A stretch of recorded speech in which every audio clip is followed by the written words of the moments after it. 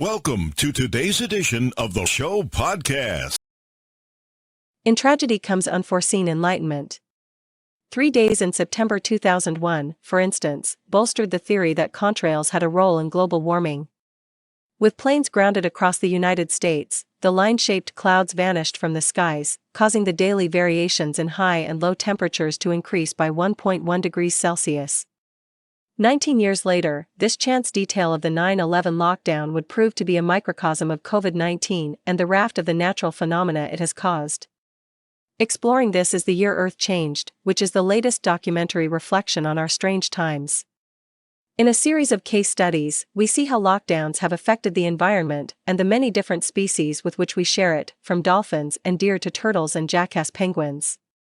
Beautiful images flood the screen, from gliding shots of deserted international cities to close-ups of gorillas pottering in the lush Ugandan wilderness.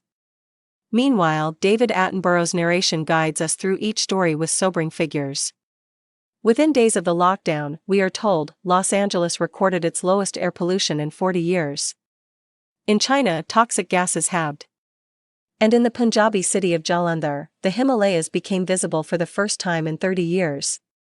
More curious than this, however, is the effect our absence has had on animal behavior.